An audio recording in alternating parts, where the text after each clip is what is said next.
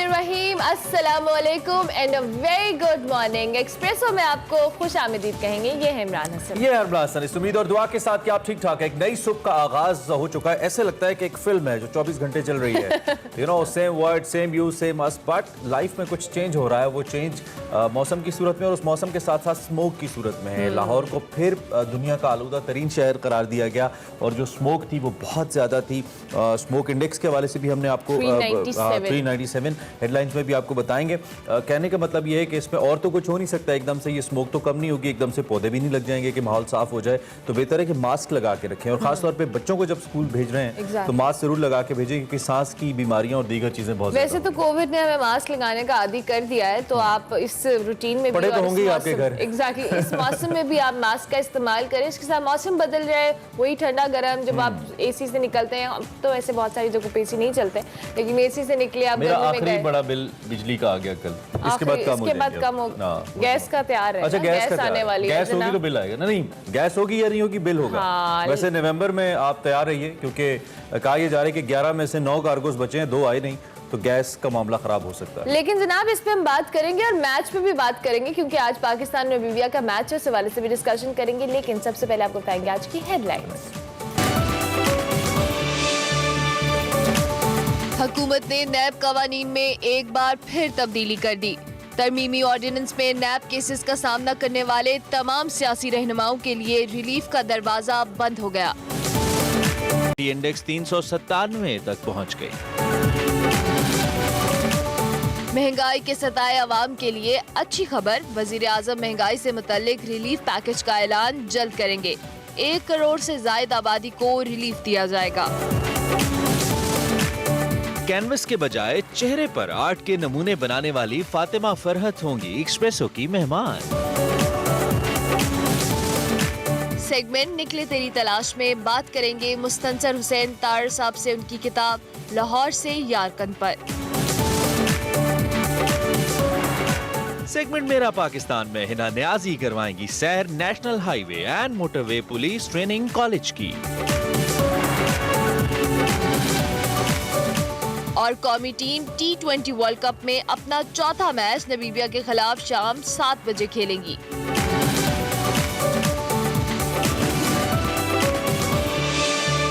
जी जनाब, हेडलाइंस आपने जानी और हेडलाइंस में आपको पता है सेगमेंट्स भी हैं, मैच पे भी बात होगी। लेकिन सबसे पहले बात करेंगे आज की बड़ी खबर में सियासत पर। देखते हैं आज की बड़ी खबर।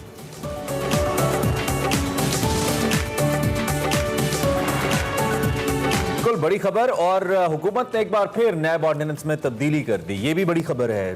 एलपीजी महंगी हो गई, ये भी बड़ी खबर है। अक्टूबर में महंगाई पिछले साल के सारे महीनों में सबसे ज्यादा रही, ये भी बड़ी खबर है। खैर, सदर मुमलिकत ने 6 अक्टूबर को नैब कवानीन में तरामीम करके दूसरा ऑर्डिनेंस जारी किया था, आपको याद होगा, जिसमें नैब के इख्तियारात महदूद कर दिए गए थे। चेयरमैन नैब की तौसी के हवाले से भी उसको क्लियर किया गया था। तौसी दी गई थी, जब तक नए चेयरमैन नहीं आते या अगर इत्तेफाक राय नहीं होता तो ये चेयरमैन नैब बरकरार रहेंगे अपने ओहदे के ऊपर। इस ऑर्डिनेंस पर भी कई इबाम पाए गए थे और माहिरीन की जानिब से ये सवालात भी उठाए जा रहे थे कि अब ये जो इसमें शुकूक व शुबहात हैं और क्या इसके तहत सभी को रिलीफ मिल गया जिनके ऊपर मुकदमात चल रहे थे। बल्कि आसिफ अली जरदारी साहब वगैरह ने तो अप्लाई भी कर दिया था रिलीफ के लिए। लेकिन गुज़िश्ता रोज़ सदर मुमलिकत ने 1 माह से भी कम अरसे में नैब कवानीन में जो तरमीम है इसके हवाले से एक तीसरा ऑर्डिनेंस भी जारी कर दिया। पार्लियामेंट से तो मुशावरत की जरूरत नहीं, तो सदर मुमलिकत ने खुद से ही कर दिया। तो ऑर्डिनेंस का इतलाक 6 अक्टूबर और उसके बाद के केसेस पर होगा। फ्रॉड, धोखाधही, मुदारबा केसेस को 6 अक्टूबर से पहले वाली पोजीशंस पर बहाल कर दिया है। इस नैब ऑर्डिनेंस से आसिफ अली जरदारी, शाहिद खाकान अब्बासी, मरियम नवाज और शहबाज शरीफ को कोई रिलीफ नहीं मिलेगा, जबकि काबीना के जितने भी लोग हैं या इस काबीना के जितने फैसले हैं उनको रिलीफ मिलेगा। लेकिन जबकि पहले से कायम जाली अकाउंट और मनी लॉन्ड्रिंग के केसेस भी वैसे ही चलेंगे और ऑर्डिनेंस में सुप्रीम जुडिशल काउंसिल से चेयरमैन नैब को हटाने का इख्तियार वापस ले लिया गया है। तीसरे तरमीमी ऑर्डिनेंस में चेयरमैन नैब को हटाने का इख्तियार सदर मुमलिकत को दे दिया गया है। अपोजिशन लीडर शहबाज शरीफ ने इल्जाम लगाया है कि हुकूमत खुद को एनआरओ देने के लिए नैब तरमीमी जो ऑर्डिनेंस है वो लाई है। इसी सारी सूरत हाल पर हम बात करेंगे। हमारे साथ मौजूद हैं सदाकत अली अब्बासी, उनको हम खुश आमदीद भी कहते हैं। सदाकत अली अब्बासी साहब, बहुत शुक्रिया कि आपने हमें एक्सप्रेसो में early in the morning join किया। सदर मुमलिकत ने 6 अक्टूबर को नैब कवानीन में तब्दीली का दूसरा ऑर्डिनेंस जारी किया था और अब 1 माह से भी कम अरसे में ये तीसरा ऑर्डिनेंस जारी किया गया है। पुराने केसेस बहाल कर दिए गए हैं, तो ये जो तीसरा ऑर्डिनेंस आया है इसकी जरूरत क्यों पेश आई? जी बहुत शुक्रिया, आपको सुबह खैर। ये नैब ऑर्डिनेंस कोई जनरल मुशर्रफ के दौर में आया था और उसके बाद उस पर बड़े एतराज़ात भी हुए, उसको ठीक करने के लिए बड़ी बातें भी की गई।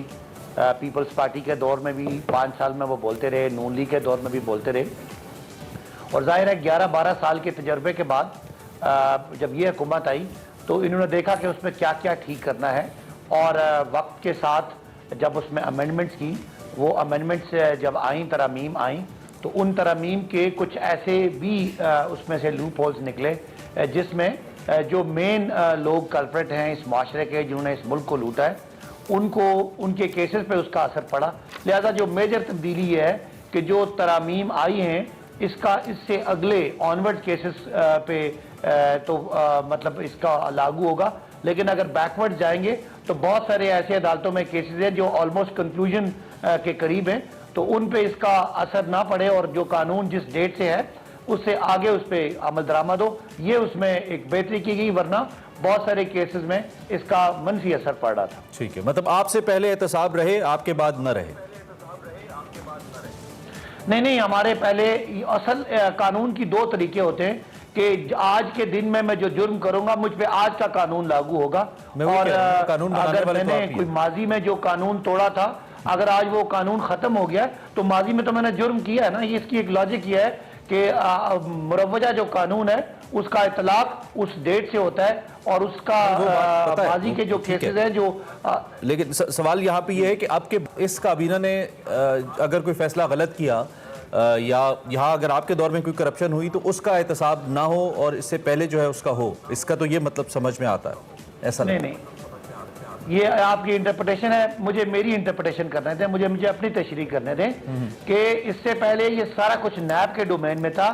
अब जो गलत फैसला होगा, अगर तो वो अच्छी नीयत से किया गया, उसमें कोई माली मनफियत नहीं है, उसमें कोई कदर नहीं होगी, अगर उसमें किसी ने कोई पैसा कमाया है तो वो जो नैब का रेफरेंस है वो नैब की तरफ जाएगा, जो कोई FBI की डोमेन है उधर जाएगा, FI है, एंटी करप्शन है तो मुख्त स्टेट बैंक है, यानी अगर बैंकिंग का क्राइम है तो उसको स्टेट बैंक देखेगा, अगर कोई टैक्स का क्राइम है तो FBR देखेगा, और यानी इसकी नैब की जो दायरा कार है उसको महदूद कर दिया है ताकि वो जल्दी से केसेस तो आपने वही तो कह रहा हूँ, आपने तो ये दायरा कार, इसको ये तो पहले की बातें, ये दायरा कार तो बढ़ाना था।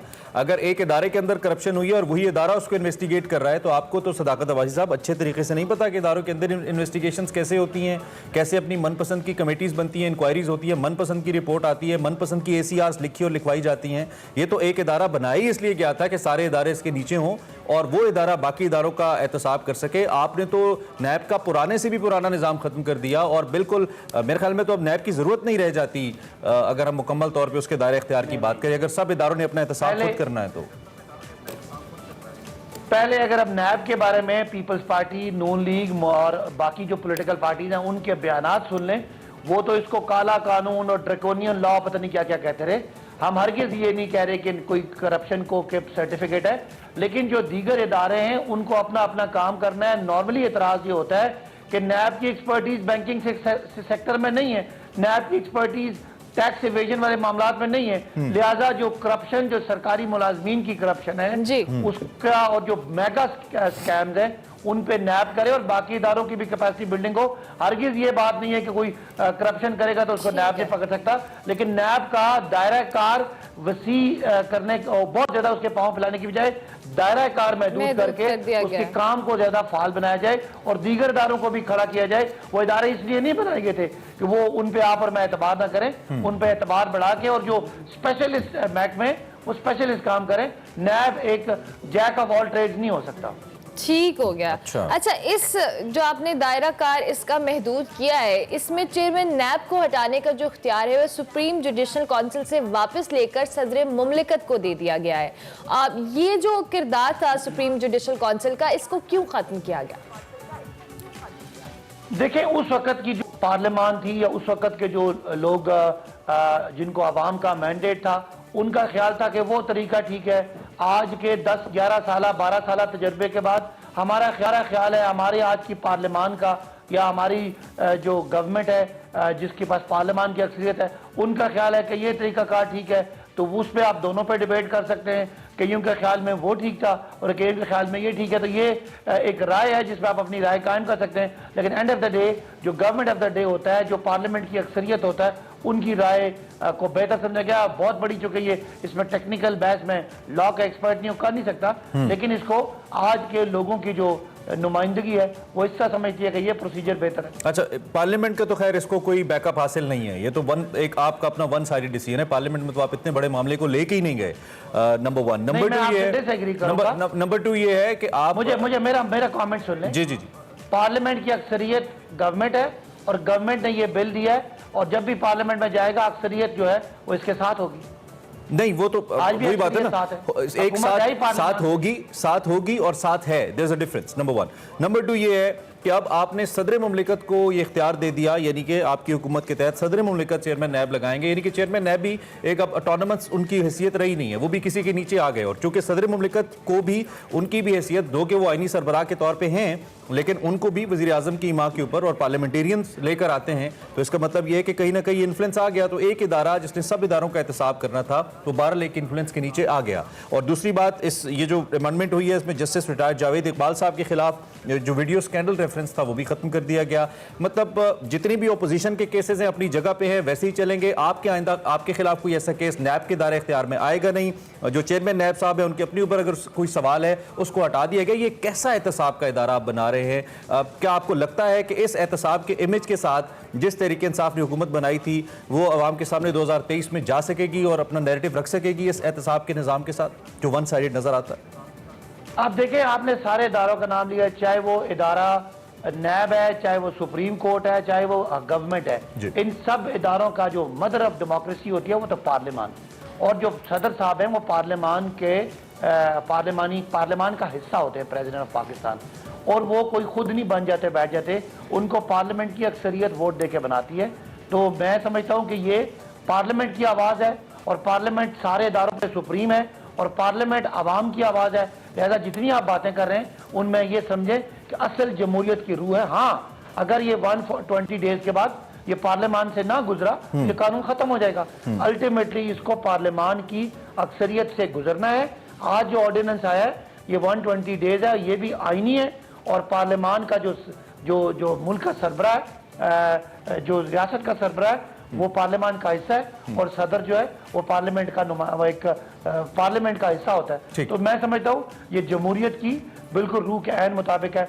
जिसने इसमें एतराज है वो एक नहीं, हमारा जमहूरी अमल पे तो एतराज खैर हमारा हो भी तो हमारी किसने सुननी है, हम तो सिर्फ सवाल कर सकते हैं सदाकत साहब। लेकिन मेरा सवाल ये है कि जिनके खिलाफ ये मुकदमात चलते रहेंगे ना, जरदारी साहब भी मेंबर नेशनल असेंबली हैं, शाहिद खाकान अब्बासी साहब भी मेंबर नेशनल असेंबली हैं, वो भी 3-4 लाख 5 लाख लोगों को रिप्रेजेंट करते हैं, आप भी करते हैं। तो जो कुछ अवामी नुमाइंदे हैं उन पे एहतसाब है, जो आपकी यानी कि हुकूमती जमात के अवामी नुमाइंदे उन पे एहतसाब नहीं है। तो क्या ये एक सवाल एक आम आदमी के लिए नहीं है? ये हमारे जुडिशल हमारे जो अकाउंटेबिलिटी का सिस्टम है उसके ऊपर एक सवालिया निशान नहीं है कि हमने ये वन साइडेड सिस्टम जो लेकर आए? और दूसरी बात ये है कि जैसे आज आप एक रिवाइट डाल रहे हैं कि सदारती ऑर्डिनेंस के जरिए इसको तब्दील कर दिया जाए इतने अहम मामले को, ये तो कल आपकी जगह अगर कोई दूसरी हुकूमत आ गई तो वो फिर अपनी मर्जी से करेगी। तो निज़ाम एहतसाब के ऊपर बहुत सीरियस क्वेश्चन। दो सवाल है ना, मुझे दोनों के जवाब देने थे।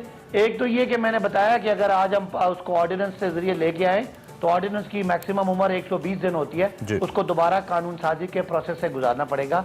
नंबर 2, पता नहीं आपने कैसे फर्ज कर लिया कि ये जो हमने को कानून बनाया है ये सिर्फ अपोजिशन पे है, हुकूमत पे नहीं है, जो मैं बिल्कुल इससे डिसएग्री करता हूँ। इदारा आज भी ऑटोनमस है, हुकूमत के वुज़रा पे भी केसेस हैं और आपको पता है अलीम खान हो या सब्तैन खान हो जेल भी रह के आए और भी वुज़रा पे केसेस हैं। तो ये मेरा नहीं ख्याल कि आपने कहाँ से ये फर्ज कर लिया है कि ये इदारा सिर्फ अपोजिशन का एहतसाब करेगा।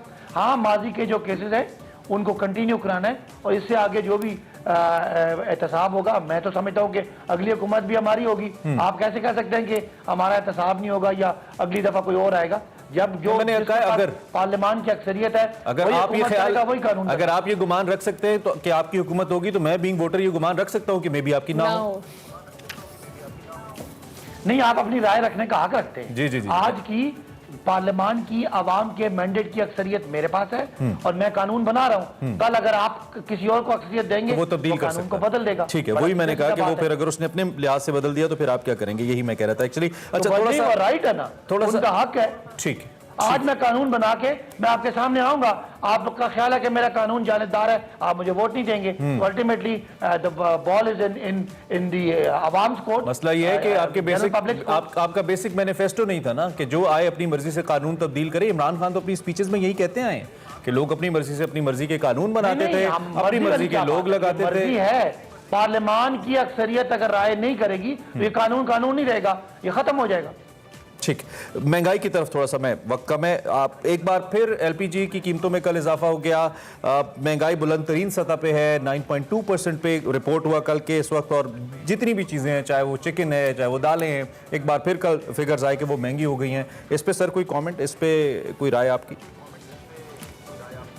नहीं, आप बिल्कुल ठीक कह रहे हैं। महंगाई इस वक्त कोरोना के बाद पूरी दुनिया में एक महंगाई वबा की तरह फैली है, और ख़ासकर जो आपने खुराक की आइटम, फूड आइटम, रोज़मर्रा जो ज़रूरी अशियाएँ, उनकी बिल्कुल पूरी दुनिया में 50 साल के रिकॉर्ड टूट गए।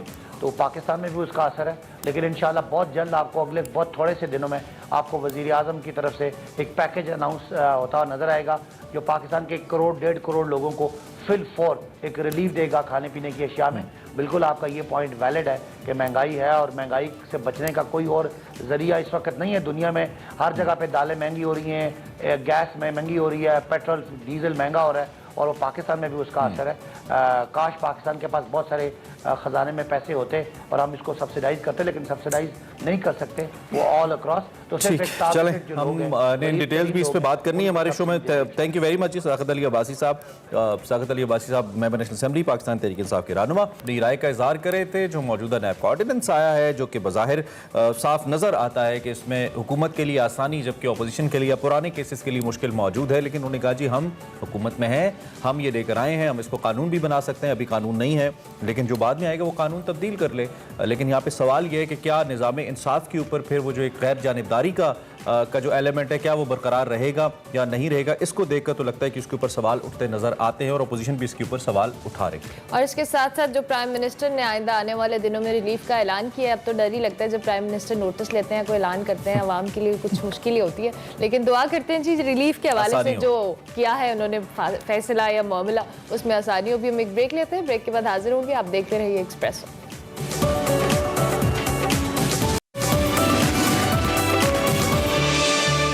Welcome back to Expresso. बात करेंगे कुछ स्मॉग के हवाले से। तो स्मॉग एक बार फिर दुनिया के लिए रोग बन चुकी है। दुनिया भर की तरह पंजाब के बेशतर शहरों की बात की जाए तो स्मॉग की लपेट में है। और सूबाई दारुल हुकूमत अगर लाहौर की बात की जाए तो लाहौर दुनिया का आलूदा तरीन शहर बन चुका है। इस फूलों के शहर में जो फ़िज़ाई आलूदगी है उसके हवाले से आपको बताएं तो उसमें ख़तरनाक हद तक इजाफा हुआ है। और अभी हम जो एयर क्वालिटी इंडेक्स की बात कर रहे थे वो 397 तक पहुँच गई है। फैसलाबाद में बात की जाए तो फ़िज़ाई आलूदगी 225, बहावलपुर में जो एयर क्वालिटी इंडेक्स है वो 192, गुजरांवाला में 183, साहिवाल में 168, इस्लामाबाद में 157, मुल्तान में 148 और कराची में एयर क्वालिटी इंडेक्स 139 रिकॉर्ड किया गया है।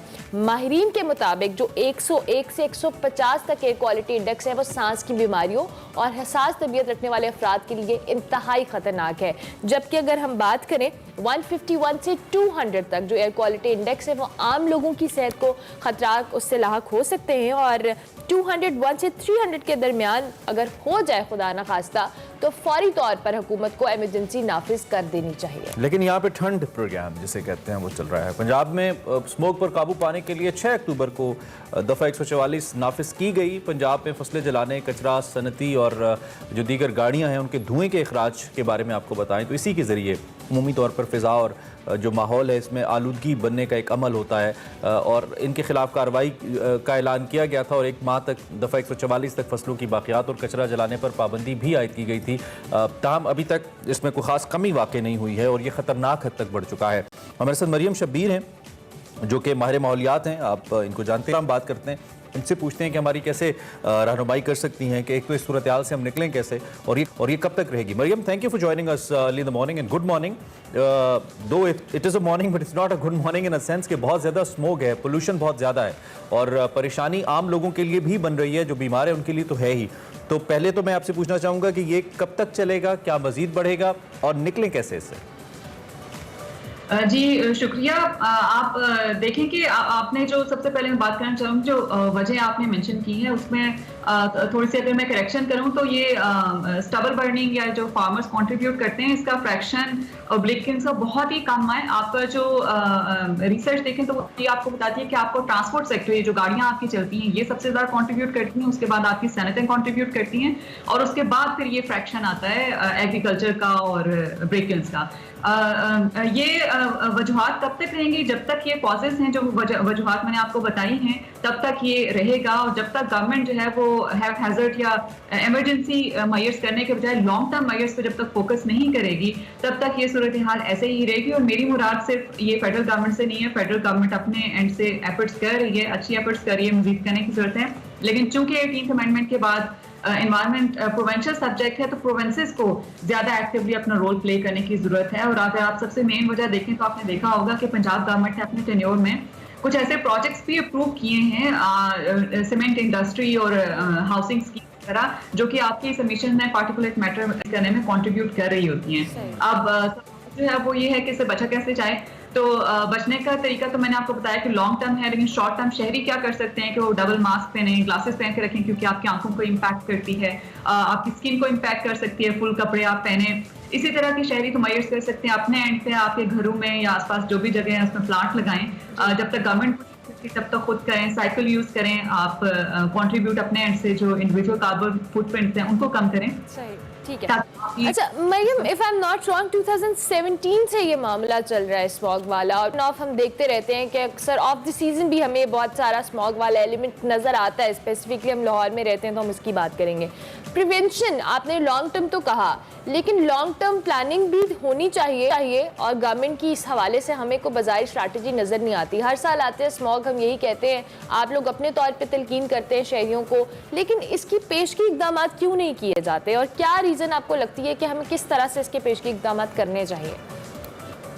जी जो लैक ऑफ पॉलिटिकल कमिटमेंट है, ये सबसे बड़ी रीजन होती है। हमें फेडरल लेवल पर तो पॉलिटिकल कमिटमेंट कुछ हद तक नजर आती है इस सिस्टम में, पर्टिकुलरली एक पार्टी को लेकर मैं नहीं बात करी, मैं क्लाइमेट चेंज को लेकर ओवरऑल बात कर रही हूँ फेडरल लेवल में।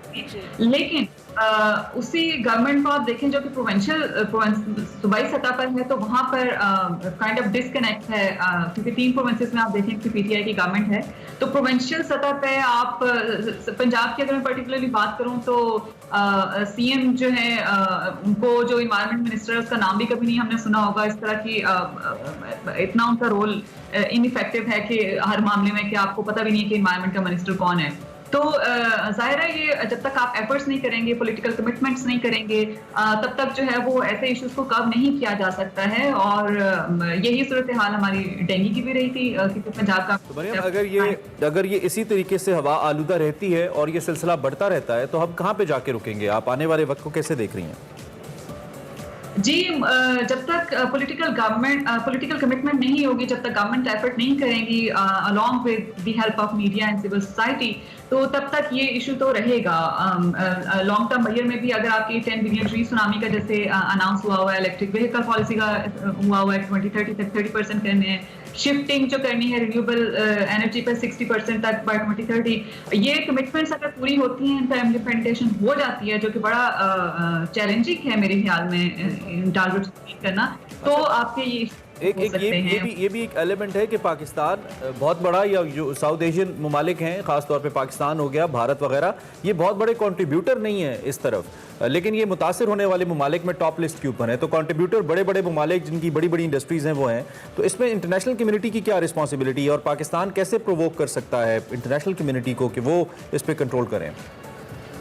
जी अगर आप देखें तो इंटरनेशनली आपकी जो रिच कंट्रीज हैं, डेवलप्ड कंट्रीज हैं, वो बेसिकली आपके दूसरे जो क्लाइमेट चेंज की एमिशंस होती हैं उनमें बहुत ज़्यादा कंट्रीब्यूट कर रहे होते हैं, जैसे कि carbon dioxide emission, methane emission, NOx ऑक्स वगैरह जो एमिशंस होती हैं उनमें बहुत ज़्यादा कंट्रीब्यूट कर रहे हैं, जो कि ग्लोबल वार्मिंग आपकी कॉज कर रहे होते हैं। अगर आप ये पार्टिकुलेट मैटर की बात करें तो ये जो स्मॉग का इशू है वो ज़्यादातर बाकी एमिशंस भी ऑफकोर्स होते हैं, ज़्यादा पार्टिकुलेट मैटर 2.5 और 10 जो इसका साइज होता है, जो कि नेकेड आई से हमें नजर नहीं आता, उनकी वजह से होता है। तो ये ज़्यादातर ग्राउंड लेवल पे होता है, या जो आपके बहुत करीबी मालिक होते हैं जिसमें कंट्रीब्यूट करते हैं, उनकी वजह से हो रहा होता है, तो उनको जो है।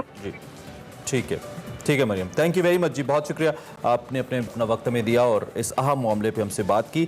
स्मोक उन्होंने कहा कि जो ग्राउंड के ऊपर एक्टिविटीज़ होती हैं उसकी वजह से बुनियादी तौर पे बनती है और इसके लिए हुकूमत की जो कमिटमेंट है दैट इज़ वेरी इंपॉर्टेंट, सूबाई हुकूमतों की कमिटमेंट। तो आप अपने तौर पर एहतियात करें, मास्क का इस्तेमाल करें। अभी हम एक ब्रेक लेंगे, ब्रेक के बाद हाजिर होंगे। आप देखते रहिए एक्सप्रेस।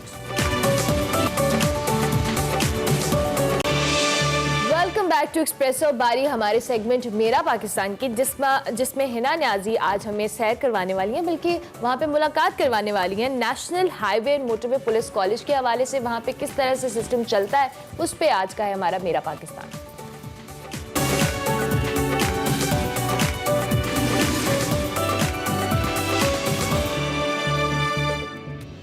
अस्सलाम वालेकुम नाजरीन, मैं हूँ हिना न्याजी और आप लोग देख रहे हैं मेरा पाकिस्तान।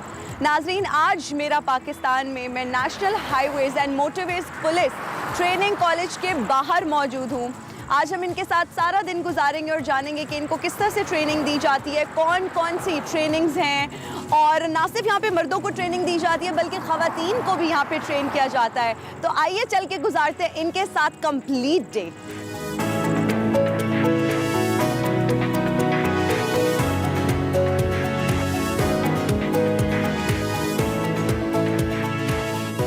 अस्सलाम वालेकुम सर, गुड मॉर्निंग, कैसे हैं आप? Good morning, alhamdulillah, fine. Thank you very much for visiting us and welcome to the Training College of National Highways and Motorway Police. Thank you so much sir.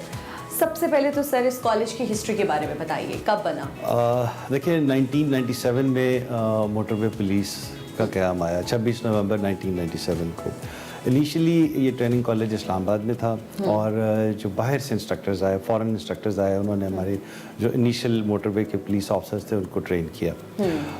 इन 99 ये training college चक्री में shift हो गया और 2001 में ये इधर आ गया। पहले ये ट्रेनिंग स्कूल था 2001 में, 2012 में इसको ट्रेनिंग कॉलेज का दर्जा दिया गया। पहले यहाँ पे कमांडेंट एसएसपी का रैंक का होता था, फिर 2012 के बाद यहाँ डीआईजी रैंक का ऑफिसर आया। तो this is how this college evolve, different officers आते गए, एवरीबडी कंट्रीब्यूटेड और अल्हम्दुलिल्लाह अभी it's a state of the art college. Yes, अभी हम देखेंगे भी, सही विजिट भी करेंगे। सर मैं पूछना चाह रही थी कि यहाँ पे अगर रेशो की बात की जाए तो कितनी ख़वातीन हैं और कितने यहाँ पे मर्द हजरात हैं जो कि ट्रेनिंग ले रहे हैं करंटली?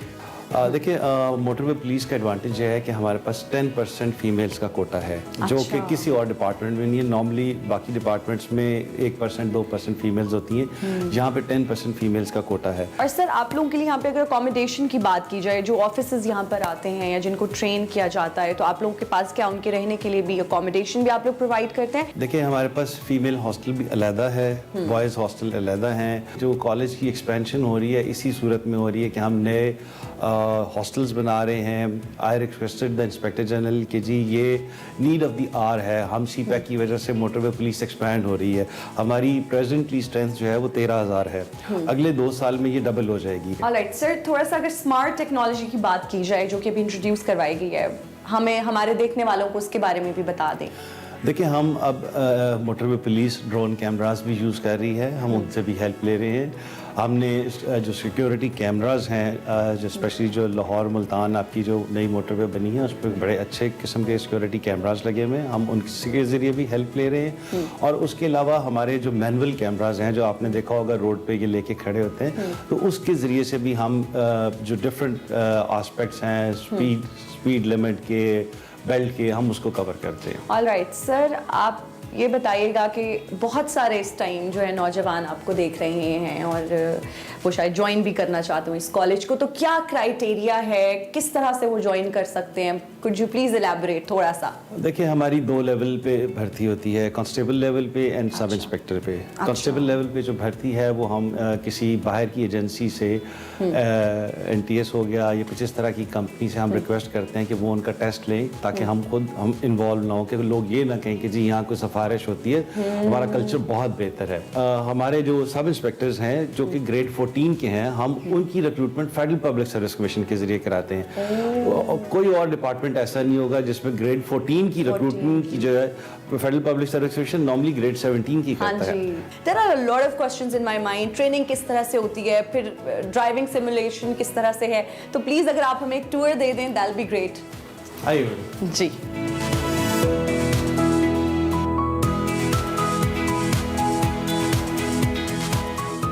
मैं ये पूछना चाह रही हूँ कि जब मैं यहाँ से एंटर हुई तो ये जो एक मॉन्यूमेंट सा बनाया हुआ है, what do these hands represent basically? किस चीज़ को ये रिप्रेजेंट करता है? We are just showing that कि इन ये 3 बेसिक हमारे पिलर्स हैं, ऑनेस्टी, कर्टसी एंड हेल्प, और उसके ऊपर हमने ये सारा जो सिस्टम है उसके ऊपर बेस किया हुआ है, बिल्ड किया हुआ है। ज़बरदस्त, आइए मैं ज़बरदस्त। So this is their driving school. Yes, ये हमारा DLA ड्राइविंग लाइसेंसिंग अथॉरिटी। हम यहाँ पे ड्राइविंग सिखाते भी हैं और लाइसेंसेस भी बनाते हैं। अभी मैं आपको सिमुलेटर दिखाता हूँ। We have state of the art simulator. All right. ये मैडम हमारा DLA है और ये हमारी लैब है, मैकेनिकल लैब, जहाँ पे हम अपने ट्रेनीज़ को और प्राइवेट ड्राइवर्स को सिखाते हैं कि जी गाड़ी में कौन कौन से पुर्जे होते हैं, ख़राब हो जाए, हाउ टू हैंडल इट। हर किस्म का पूरा कंप्लीट इंजन है, हर किस्म का पुर्जा है। All right, ज़बरदस्त। सर, ड्राइविंग अगर सिमुलेटर की बात की जाए तो where did you get it from और कितनी इस पे जो है वो लागत आई है? कीमत का मुझे एग्जैक्ट अंदाज़ा नहीं, लेकिन अच्छा महंगा है, 4.5-5 करोड़ रुपए का है। And it is the only simulator जो इस क्वालिटी का है that we are having, Pakistan में कहीं और नहीं। आइए मैं आपको सिमुलेटर है यहाँ पे। All right, sure.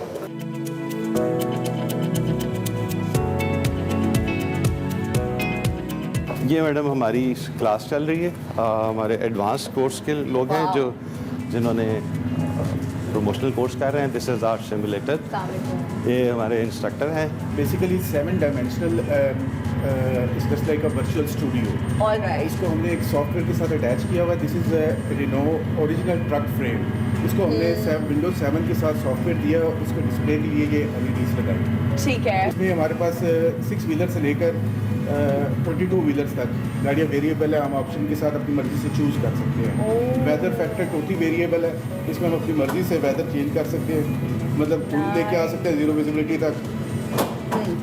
हम in close environment like this उसमें हम गाड़ी सिखा सकते हैं ताकि सारा वो एक्सपीरियंस ले सकें सारे वेदर्स को। अच्छा सर, चूंकि जी आप बोलें। इन द एंड ये जो जितनी भी ये ड्राइव करेगा, ये जो सिमुलेटर है इसकी एक रिपोर्ट जनरेट करेगा कि आपने इतनी देर गाड़ी चलाई, आपने इतना फ्यूल कंज्यूम किया, आपने इतनी गलतियां की, आपने इतनी जगह गलत ब्रेक लगाई, आपने सीट बेल्ट नहीं लगाई थी। ये एक रिपोर्ट जनरेट करेगा जिससे आप उस ड्राइवर की एवेल्यूएशन कर लेंगे।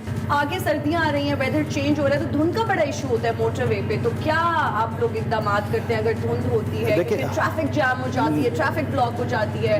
देखिए, हम उस पर वी आर वेरी पर्टिकुलर। हम जब धुंध ज़्यादा होती है हम वार्निंग्स देते हैं डिफरेंट किस्म की। हम उस टाइम पे रोड भी ब्लॉक कर देते हैं कि इस टाइम पे आप ट्रैवल नहीं कर सकते। हमारी एक एडवाइजरी है इस पे, उस पर भी हम लोगों को वार्निंग्स देते रहते हैं और हम लोगों को गाइड करते रहते हैं कि जी इस वक्त धुंध है, इस वक्त आप ना ट्रैवल करें। और टूल प्लाजास पे हमारा जो स्टाफ है वो भी मौजूद होता है जो लोगों को बताता रहता है कि जी इस वक्त सेफ ट्रैवल नहीं है, आगे फॉग है तो आप ट्रैवल ना करें।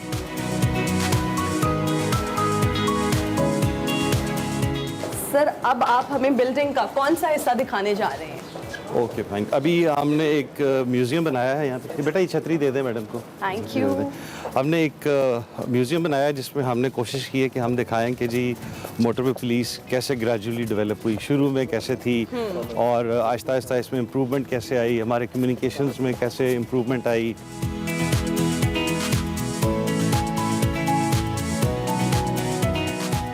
सर, ये पीछे किन शुहदा की तस्वीर आवेज़ा हैं? मैडम इस मोटरवे पुलिस के तकरीबन इस वक्त तक 44 के करीब लोग शहीद हो चुके हैं जो लाइन ऑफ द ड्यूटी में जिनकी शहादत हुई। तो हमने उनको ऑनर करने के लिए अपनी मेन रिसेप्शन पे एक तरफ अपने जो यहाँ पे हमारे आज तक इंस्पेक्टर जनरल्स रहे हैं उनकी तस्वीरें लगाई हुई हैं और ये मेन रिसेप्शन पे, और एक तरफ हमने इन शहदा की और इनके एजाज़ में हमने कॉलेज में एक बहुत अच्छा मोनूमेंट भी बनाया है। ओके, ज़बरदस्त। आइए मैं आपको म्यूज़ियम दिखाता हूँ। जी।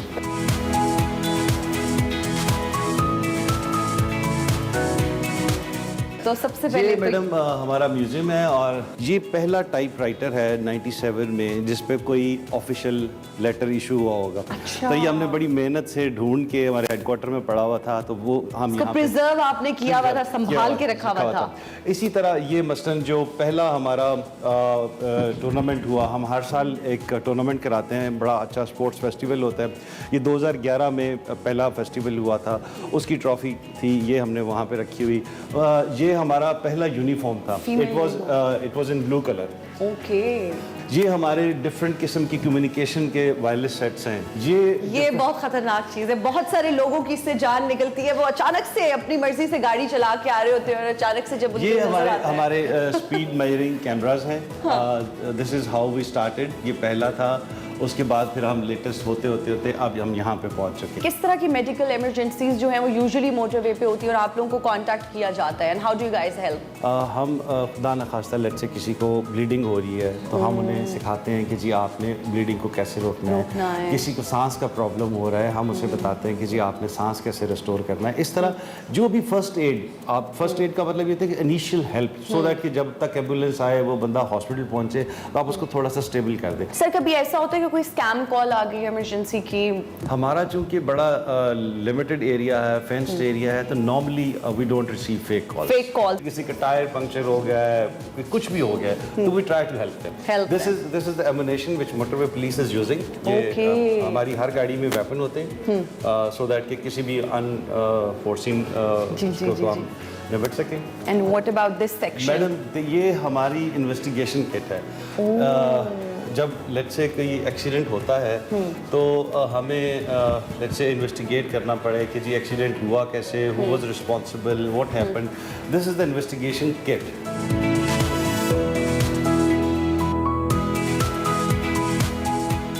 जी मैडम, ये हमारा फायरिंग सिमुलेटर है।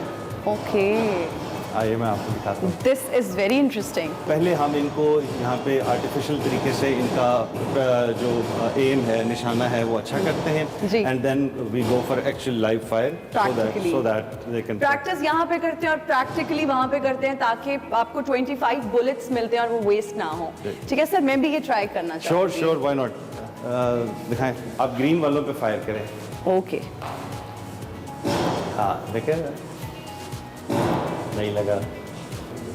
हाँ, दिस इज मच बेटर। ये हमारी एक्चुअल फायरिंग रेंज है। ओके, इतना अच्छा आपका होना चाहिए। लेकिन आपकी बुलेट्स जो है अंदर हिट हुई हुई हैं, so for a beginner it was good. ये था आज का मेरा पाकिस्तान। आई एम श्योर आप लोगों ने भी बहुत एंजॉय किया होगा, क्योंकि मैंने बहुत एंजॉय किया। यहाँ एक पूरा दिन स्पेंड करके बहुत कुछ सीखने का मौका मिला। बहुत एडवेंचरस एंड थ्रिलिंग डे था मेरे लिए। देखते रहिए मेरा पाकिस्तान और Expresso. Welcome back to Expresso. बात करते हैं कुछ महंगाई की, जिसके रिकॉर्ड ही बनते जा रहे हैं। हमने शुरू में भी बात की, इदारा शुमारियात ये कहता है कि महंगाई ने 70 साल का रिकॉर्ड तोड़ दिया। अक्टूबर के महीने में रवा माली साल महंगाई की बुलंद तरीन सतह रिकॉर्ड की गई। अक्टूबर में 2021 का जो अक्टूबर है, इसमें महंगाई की शरह 9.2%, जिसे हम इन्फ्लेशन कहते हैं। सितंबर में ये शरह तकरीबन 9% थी, अब 9.2% हो गई है। 17.9% मुर्गी की कीमत में इजाफा हुआ है जी। उसके अलावा जो सब्जियां हैं वो 15.2% महंगी हुई हैं। गंदम 7.2%, उसकी कीमत में भी इजाफा हुआ है। और अक्टूबर में माहाना बुनियादों पर जो सब्जियां और घी हैं और दीगर जो अजनास हैं, इनकी कीमतों में इजाफा हुआ है। जो मुशीर ख़जाना है शौकत तरीन, वो कहते हैं कि IMF के साथ जो मामलात हैं तकरीबन तय पा गए हैं और मुआहिदा इसी हफ्ते हो जाएगा। लेकिन उसके साथ साथ उन्होंने इंदिया दिया है कि हम कीमतें बिजली की और दीगर चीज़ों की और बढ़ाएंगे, लेकिन उतनी नहीं बढ़ाएंगे जितना IMF ने कहा है बढ़ाएंगे। ठीक हो गया, महंगाई एक आलमी मसला है और IMF ने बिजली और तेल की कीमतें बढ़ाने को कहा है, मगर जिस कदर कहा गया है हम उस कदर नहीं बढ़ा रहे, मगर बढ़ाएंगे ज़रूर। इस पर रियायत दी गई है, उन्होंने कहा है। गुज़िश्ता रोज़ कोर कमेटी इजलास के बाद मीडिया से गुफ्तगू करते हुए फवाद चौधरी साहब का कहना था कि वज़ीर आज़म इमरान खान महंगाई से मुतल्लिक रिलीफ पैकेज का जल्द ऐलान करेंगे, अल्लाह खैर करे। और इस रिलीफ पैकेज से जो है कई आबादी के एक जो मेजर हिस्सा है उसको बहुत ज़्यादा रिलीफ मिलेगा। सवाल ये पैदा होता है कि एक तरफ तो महंगाई मुल्की तारीख की जो तमाम तर रिकॉर्ड है वो तोड़ रही है, जबकि हुकूमत महंगाई कंट्रोल करने में मुकम्मल हमें नाकाम भी दिखाई दे रही है। महंगाई होती चली जा रही है और अवाम जो है वो हुकूमती रिलीफ पैकेजेस के इंतजार में बैठी है। प्राइम मिनिस्टर इमरान खान ने कहा तो है कि अवाम को रिलीफ दिया जाएगा, लेकिन किस सूरत में दिया जाएगा ये तो आने वाला वक्त। खुर्रम शहजाद साहब हमारे साथ हमारे मईशत हैं, उनसे जरा पूछते हैं कि वो अब क्या राय रखते हैं। खुर्रम साहब, थैंक यू वेरी मच। आपके लिए ना मौजू नया, ना हमारे लिए सवालात नए, ना मुल्क के लिए हालात नए। कब तक और कहाँ तक और कैसे हो पाएगा बेहतर एक आम शहरी के लिए? जी देखें, ये तो मुश्किल है ये कहना कि कब तक हो पाएगा, क्योंकि वो अक्सर कहते हैं ना कि ये ना हो पाएगा बेसिकली।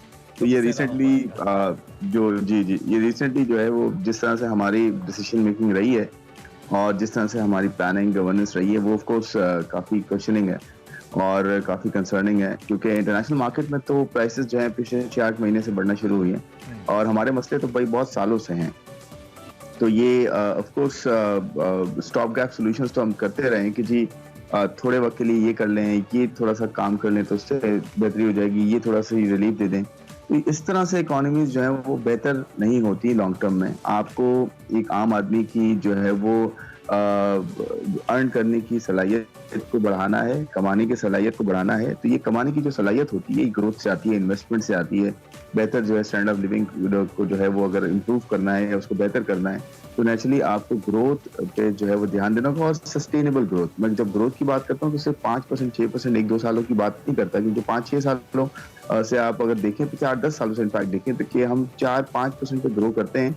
इवेंचुअली हमारे यहाँ इम्पोर्ट्स बहुत बढ़ जाती हैं और इम्पोर्ट ड्रिवन ही ग्रोथ ज़्यादातर होती है। उसके अलावा हमारे पास जो है वो अच्छा नंबर नहीं आता ग्रोथ का। उसकी वजह भी यही है जो ट्रांसलेट भी नहीं होती एक आम आदमी की बेहतर जो है अर्निंग पावर में और परचेजिंग पावर में। वो इसलिए भी नहीं होती कि हम रिफॉर्म्स नहीं करते, रिफॉर्म्स के बगैर जो है ग्रोथ करने की कोशिश करते हैं। तो आपके यहाँ सबसे बड़ा जो रिस्क होता है वो होता है एक्सटर्नल अकाउंट का, कि आपकी इंपोर्ट्स इतनी बढ़ जाती हैं कि आपका इवेंचुअली जो है डॉलर आपके पास कम हो जाता है, रुपी का पे इम्पैक्ट उसको पड़ता है, रुपी की कदर में कमी होती है, मजीद इन्फ्लेशन होती है। फिर इस तरह के जो बाहर के क्राइसिस आते हैं जहाँ पे आपकी फूड और एनर्जी प्राइसेस बढ़ जाती है तो उसकी वजह से आपको और बड़ा इम्पैक्ट आता है। तो मसला यही है कि हमारे यहाँ रिफॉर्म्स ड्रिवन स्ट्रक्चर्ड जो है वो अप्रोच नहीं है, जिसकी वजह से इस तरह की आपको जो है तो ये हुकूमत तो खुरम साहब बड़े खुशी से बताती है। प्राय 3 दिन पहले ट्वीट भी किया, almost I forgot exact number, I think 1800 billion पहली सहबाई के अंदर एफबीआर ने, और इट वाज 1300, आप काइंडली करेक्ट कर दीजिएगा, कि एफबीआर ने कलेक्ट किया और वो पिछली सहबाई से ज्यादा है। यानी कि उनका ये कहना है कि आईएफबीआर बेहतर कलेक्शंस कर रही है। So we will meet our revenue targets, number 1। Number 2, current account deficit के हवाले से भी गवर्नमेंट दो कि अब वो बढ़ रहा है और उम्मीद की जा रही है, अल्लाह ना करे वैसे उम्मीद यही है कि इस माली साल के आखिर तक वो भी दोबारा से उतना ही ऊपर चला जाएगा। इस वक्त ऑलमोस्ट 3 बिलियन यूएस। तो इस सारी सूरत हाल के ऊपर ये जो गवर्नमेंट क्रेडिट ले रही है कि नहीं हमने जो मैक्रो इंडिकेटर बेहतर किए हैं, वक्त के साथ साथ ऐसा लगता है कि वो जो मैक्रो एक बबल है वो भी बर्स्ट कर रहा है, ऐसा लगता है।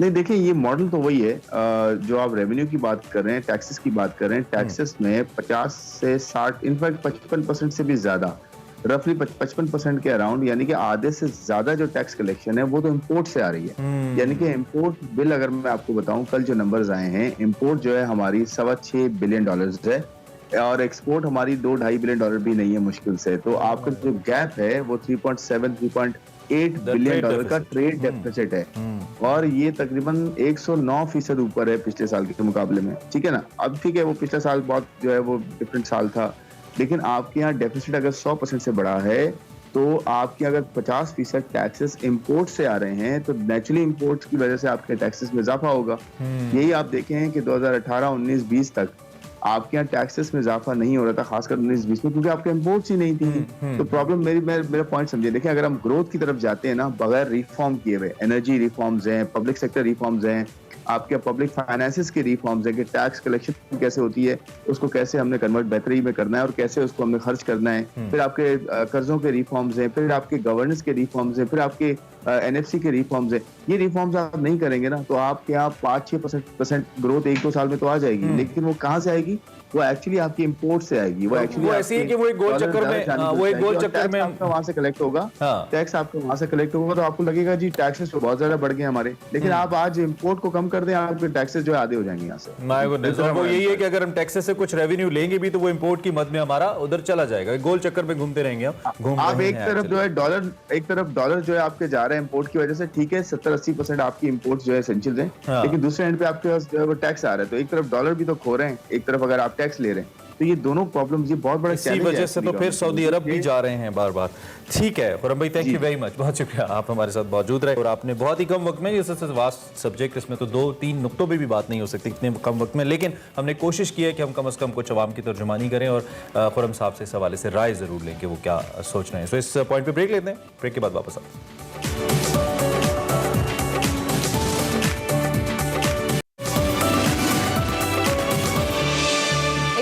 आपको एक बार फिर से खुशामदीद। वक्त हुआ चाहता है निकले तेरी तलाश में हमारे सेगमेंट का, और जिक्र है लाहौर से यारकन किताब का। साथ हैं द लेजेंड मुस्तनसर हुसैन तारड़, और उनसे बात कर रहे हैं वकार मलिक सैयद।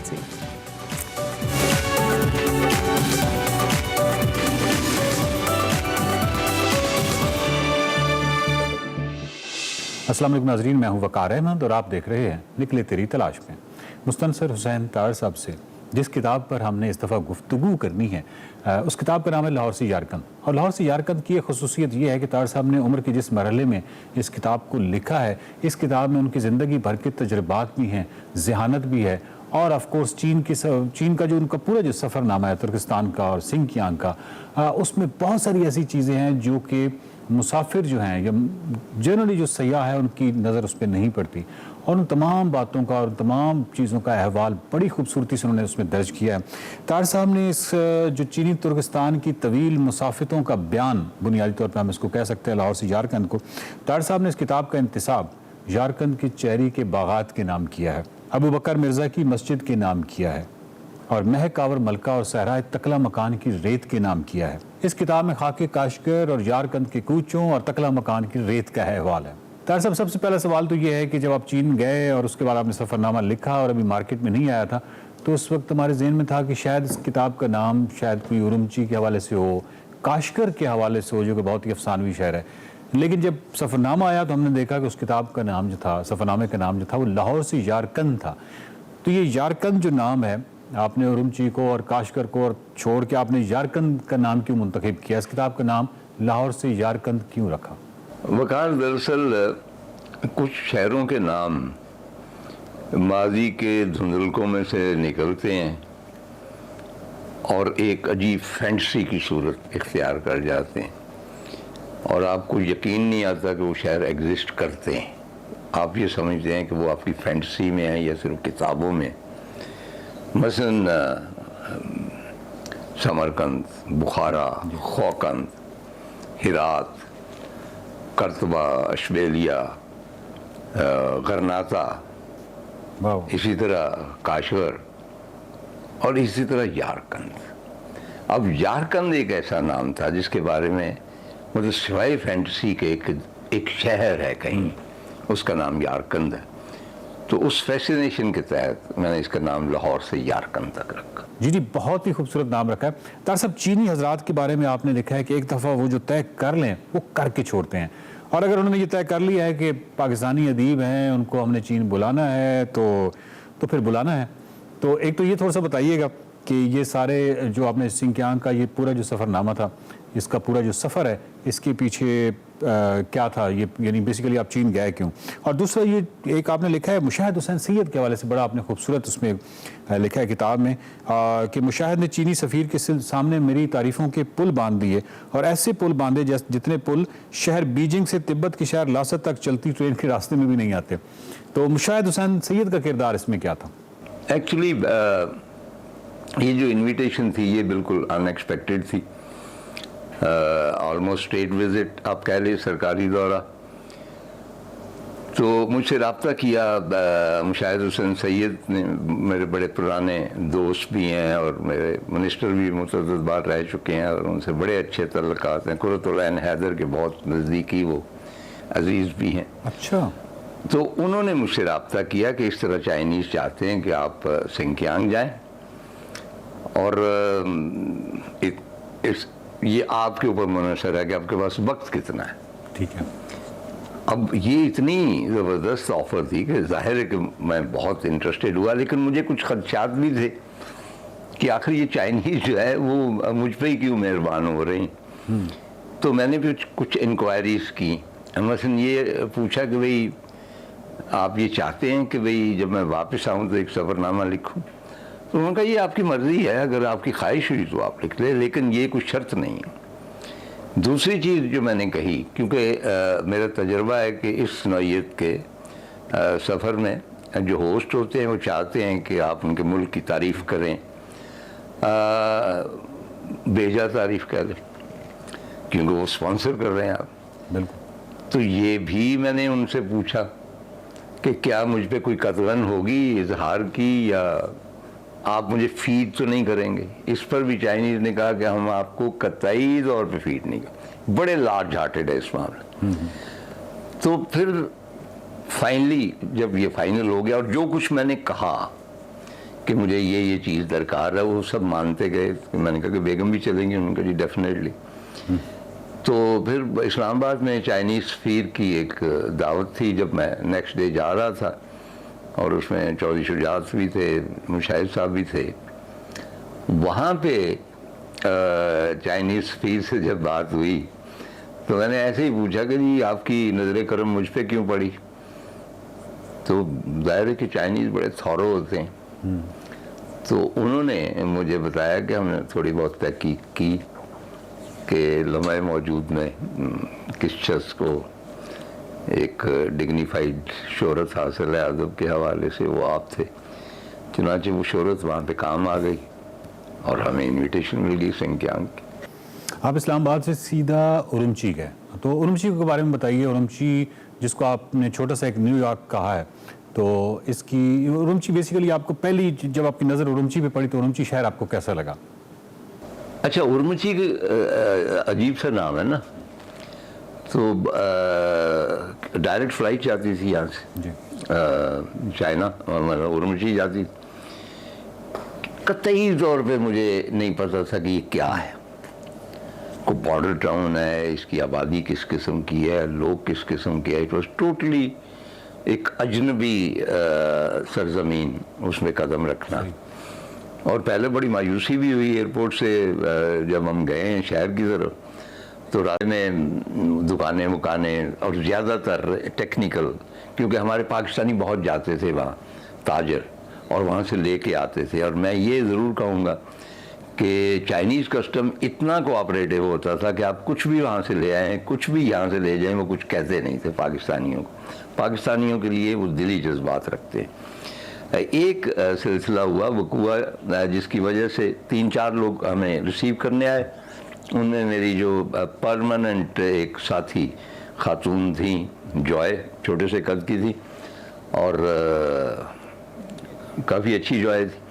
तो वो हमें लेने आई। बाकी कल्चरल मिनिस्ट्री के 1-2 लोग, हर शहर में ऐसा होता था कि जॉय हमारे साथ परमानेंट थी, मुंसलिक, और इंटरप्रेटर भी थी, सारे इंतजामात भी करती थी। और हर शहर में वहाँ का जो लिटरेरी और कल्चरल डिपार्टमेंट है, वहाँ के लोग हमें रिसीव करते थे। तो हम जब जा रहे हैं तो मैमूना मेरी बेगम जो है वो साइन बोर्ड पढ़ती जा रही है। उनका कूचे हैं, गलियाँ हैं या कहीं दुकानें हैं। तो वो जॉय ने हैरान होकर पूछा कि जी आपको बेगम साहबा आपको ये आती है इगोर, क्योंकि इगोर ज़ुबान है ना। तो उसने कहा नहीं मुझे तो नहीं आती, लेकिन ये नीचे जो कुछ लिखा होता है वहाँ पे एक दस्तूर है कि हर दुकान, हर कूचा, हर गली, जहाँ कहीं भी एक साइन बोर्ड है, कोई इंतबाह है, कोई ऐलान है, पहले चाइनीज़ लिखी होगी और नीचे इगोर लिखी होगी। और इगोर लिखी जाती है अरबी और या फ़ारसी रस्मुल ख़त में। चुनांचे वो फ़ारसी और अरबी रस्मुल ख़त तो हमारा घर का मामला है। ये बड़ी आसानी हुई हमें कि हर जगह फ़ारसी रस्मुल ख़त में उस दुकान का या जगह का नाम लिखा होता था। बाद में गौर करने पे मालूम हुआ कि मालियत वो लिखी होती। चुनांचे उरुमची जब गए मेन, तो उरुमची जो पहली झलक थी देखी तो वो लगा को मिनी न्यूयॉर्क टाइप का है और बहुत बड़ा शहर है। मेरी तवक्कुआत से बहुत बड़ा शहर, बहुत कम उसका नाम सुना था, बड़ी रौनक। और वहाँ पे एक चीज़ जो मैंने नोट की कि रैपिड बस सिस्टम है वहाँ। ये ऑलमोस्ट वही चीज़ है जो हमारी ये गाड़ी चलाई गई है, ऑरेंज ट्रेन है या क्या है, जिसके लिए हमने इतने पिलर्स बना के और दीवारें बर्लिन खड़ी कर दी पूरे लाहौर में, और उसके ऊपर एक बस चली जा रही। एग्जैक्टली वही चीज़ थी, लेकिन उन्होंने सिर्फ ये किया कि उन्होंने सड़क के एक तरफ वो रैपिड बस सर्विस चलाई और उसकी वो जा रही है, पटड़ी जा रही है, और उसके ऊपर ट्रैफिक चल रही है, और जब वो बस आती है वो घंटी वंटी बजाती है तो इधर उधर हो जाए, मतलब ऑर्गेनाइजेशन की बात। तो इस पे मैं बहुत मुतासर हुआ। एक जो चीज़ मैंने नोट की, और वो होता ही है, मुख्तलिफ कम्युनिटीज़ जहाँ पे हों वहाँ पे मतलब कि थोड़ी सी सेग्रीगेशन होती। तो जो हान चाइनीज़ था, व्हेन यू से हान that means Chinese, when you से ईगोर, ईगोर का कबीले का नाम। सिंकियांग में 8-10 कबीले आबाद हैं मुसलमानों के, और उसमें उज़्बेक हैं, ताजिक हैं, कज़ाक हैं, हुई हैं, इस तरह 7-8 कबीले हैं, लेकिन मेजॉरिटी जो है वो ईगोर की। और याद रहे कि ईगोर ज़ुबान जो है वो हज़ारों साल पुरानी, ये टर्किश की कुछ बहन है, कुछ थोड़ा सा इनका रिलेशनशिप है, और बहुत बड़े बड़े अदीब पैदा हुए हैं ईगोर ज़ुबान में। वहाँ पे 1000 साल पहले एक ऐसा अदीब पैदा हुआ था जिसने मेडिकल की पूरी डिक्शनरी लिखी थी, को 8-10 वॉल्यूम, मैंने उसकी खुद देखी हैं, प्रिंट्स देखे हैं। यानी जिसको कहते हैं ना सो कॉल्ड, बड़ा टिपिकल सा है कि तहजीब और इल्म का गहवारा। चुनांचे ईगोर ज़बान जो है वो कनेक्टेड है, और उसमें बहुत सारे लफ्ज़ जो हैं वो हमारी उर्दू के हैं, क्योंकि हमने टर्किश से मुस्तार लिया हुआ सारा कुछ, तो इनका आपस में टर्किश में भी रिश्ता है।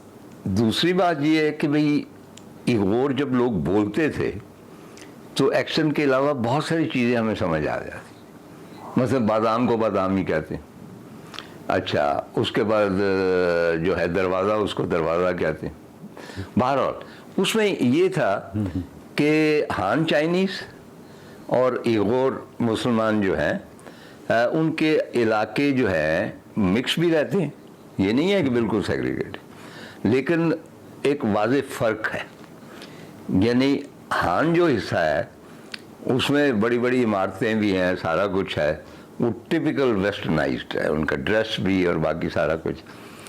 और ईगोर हिस्से में जब आप दाखिल होते हैं तो आप बेशक आंखों पे पट्टी डाल लें और आप जान जाएंगे कि आप ईगोर हिस्से में हैं मुसलमानों के, क्योंकि फौरी तौर पे पुलाव की खुशबू आएगी और तिक्के कबाब की खुशबू आएगी और हंसी की और मुसरत की आपको आवाज़ें आएंगी। चुनाचे इनका वो अलग-अलग है। दरअसल अपनी गाइड जो हैं वो मुसलसल आपके साथ रहीं, और आपने चीनियों के हवाले से लिखा है कि जो वक्त की पाबंदी है, मतलब आप किसी हद तक कह सकते हैं तकलीफ दे हद तक वक्त की पाबंदी। बहरहाल वो आपने बार बार लिखा है कि जब कोई चीज़ शेड्यूल में दर्ज है तो फिर वो शेड्यूल में दर्ज है, अब चाहे ज़मीन आसमान एक हो जाए, लेकिन चीनियों के नज़दीक जो चीज़ शेड्यूल में दर्ज है वो शेड्यूल में दर्ज है। तो एक तो जॉय के बारे में बताइए, और एक जो चीनियों के हवाले से कि जो शेड्यूल में दर्ज है वो शेड्यूल में दर्ज है। हाँ, वो बस जो कुछ तय हो गया ना, एक दफ़ा अगर तय हो गया, पहले वो मुझसे पूछते रहे कि क्या करेंगे, लेकिन अगर तय हो गया तो उससे इनहराफ नहीं हो सकता। आप ये नहीं कह सकते कि मेरे सर में दर्द है मैं फलां जगह नहीं जाऊंगा। वो कहते हैं जी तय है, वहाँ तो जाना होगा। तो हमें, आपको पता है कि हमें आदत ही नहीं है, हम तो 1-2 घंटा डिले जाएं करके जाएं तो आराम से जाते हैं, कभी 10 बजे का वक्त पे पहुँच जाएंगे। तो ये जाहिर है कि भाई उनकी एक डिसिप्लिन जो है चाइनीज़ कौम में, और वो डिसिप्लिन जो माओ ज़ेडुंग की कम्युनिस्ट पार्टी ने उनको ट्रेन किया, और आई एम श्योर कि भाई उनका जो अब है जो भी सिस्टम है बुनियादी तौर पे वही है, लेकिन उसमें उन्होंने जो कैपिटलिज्म की आमेज़िश की है, तो कैपिटलिज्म के ऊपर इसलिए वो हावी हो रहे हैं कि उनके पास वो डिसिप्लिन भी साथ जो उनके पास नहीं है। चुनाचे हम थोड़े से होते थे, मतलब अपसेट होते थे, लेकिन आहिस्ता आहिस्ता हम भी थोड़े से चाइनीज़ हो गए, यानी वक्त के पाबंद हो गए। जी कोई शक नहीं, आज चीन जिस सतह पे जितनी बड़ी ताकत है उसके पीछे डेफिनेटली नज़्म व ज़ब्त की कारफरमाई नज़र आती है, और वो हम जब जो भी सयाह जाता है चीन में तो वो इन चीज़ों को देखता है। ताहिर साहब के साथ गुफ्तगू का सिलसिला जारी है। ताहिर साहब ने जिस तरीके से पूरा सिंकियांग को एक्सप्लोर किया है, तुर्पान गए, खुतन गए, काशगर गए, फिर एक बड़ी खूबसूरत गांव टोयो जिसको लिटिल मक्का कहते हैं, सिंकियांग जो उइगुर लोग हैं, मतलब उसको लिटिल मक्का कहते हैं, और उनकी अकीदत है उस जगह के साथ। ये बहुत सारी कहानियाँ हैं इस किताब में, और इन तमाम कहानियों पे और पूरे सिंकियांग को हम कवर करेंगे तार साहब से, और बहुत सारे सवालात हैं हमारे। उसकी वजह यह है कि हालांकि सिंकियांग जो है वो हमारा बॉर्डर है उसके साथ, और जैसे ही आप खुंजराब करते हैं और उसके बाद ताशुरुहान आता है और फिर काशकर और उरमची और ये तमाम इलाका, लेकिन हमें अभी भी उस तरह की आगाही नहीं है सिंकियांग के हवाले से जिस तरह की होनी चाहिए। शायद हमारी एक तो आमदोरफ्त कम है, और फिर कराकोरम हाईवे जो है बहुत लेटर ऑन ये डेवलपमेंट है, जो कनेक्शन ज़मीन के साथ हुआ है, तो हमारी उस तरह की आगाही नहीं है जो कि बहुत ज़रूरी है। तो सिंकियांग के हवाले से, क्योंकि वो एक अफसानवी सी और एक तिरस्माती सी और एक तारीखी सरजमीन है, उस पर बहुत ही डिटेल गुफ्तगू करेंगे तारिक साहब के साथ। गुफ्तगू का सिलसिला जारी है, अगली किस्त में मज़ीद हम सवाल करेंगे और मज़ीद बातें पूछेंगे तारिक साहब के साथ। आप देखते रहिए निकले तेरी तलाश में। Back to Expresso. जनाब, कैनविस पे आपने रंग बिखरते तो देखे होंगे, लेकिन एक टर्म है जो कि मेरे लिए भी नहीं है, अरबला के लिए भी नहीं है, और बहुत सारे ऐसे लोग हैं जो कि उसको शायद जानते तो हैं, लेकिन इन प्रैक्टिकल हम उसको होता कम देखते हैं। That's called an illusion art. Face के ऊपर कुछ ऐसे रंग भरना, ऐसे फेस को पेंट करना कि वो एक तो मुख्तलिफ हो जाए और उसके साथ साथ हैरानकुन भी, और बहुत सारे रंगों का इम्तजाज, यानी कि जो टेक्निकलिटीज़ हैं उसको भी मद्देनजर रखे और एक आर्ट पीस भी बनाए, बट ऑन योर फेस और somewhere on your body. So this is something really interesting, और जो ये करती हैं वो आज हमारे साथ मौजूद। आप उनको टीवी स्क्रीन पे भी देख सकते हैं कि कितना डिफरेंट और कितना यूनिक आर्ट है इनका। और इसके साथ साथ जी हमारे साथ फातिमा फरहत मौजूद के इल्यूजन आर्टिस्ट हैं, और उनको हम खुशामदीद कहेंगे। Fatima, welcome to Expresso. कैसी हैं आप? मैं बिल्कुल ठीक, आप कैसी हैं? बिल्कुल ठीक। फातिमा, सबसे पहले तो अपने इस आर्ट के हवाले से बताएं कि ये बेसिकली है क्या, और आपको शौक था या आपने इत्तफाकन आपने अपने इस टैलेंट को पहचाना? ये मेरा वे ऑफ एक्सप्रेशन है, और मैंने 2020 में ही ट्राई किया था। फर्स्ट लुक मैंने की थी एवाटार लुक। सो उसके बाद मुझे पता चला था कि ये भी चीज़ मैं कर सकती हूँ, और ये टैलेंट, ये पैशन इस चीज़ में मैं रखती हूँ। तो उसके बाद फिर काफ़ी लोगों ने मुझे इनकरेज किया, मेरी फैमिली ने बहुत ज़्यादा सपोर्ट किया, और मैंने इसी तरह से लुक्स क्रिएट करना शुरू किया। ये किस तरह से बनाते हो? कुछ तरह के पेंट्स को यूटिलाइज करती हो और आप अपने फेस के ऊपर बेसिकली करते हो, तो it's a very different and very difficult thing. मैं स्पेशल इसके लिए फ़ेस पेंट्स होते हैं, मैं वो यूज़ करती हूँ अपने फेस पे, और इसके अलावा मैं कुछ नहीं करती हूँ यूज़ के, क्योंकि वो स्किन को हार्म भी कर सकता है। और मैंने काफ़ी ज़्यादा मतलब क्रिएट किए हैं लुक्स, जिसमें मैंने ओल्ड मास्टर्स पेंटिंग को रिक्रिएट किया है, जिसमें सल्वाडोर डाली की सेल्फ पोर्ट्रेट, वैन गो का सेल्फ पोर्ट्रेट मैंने बनाया खुद पे इम्प्रेशनिज़म के थ्रू, इम्प्रेशन डाल के।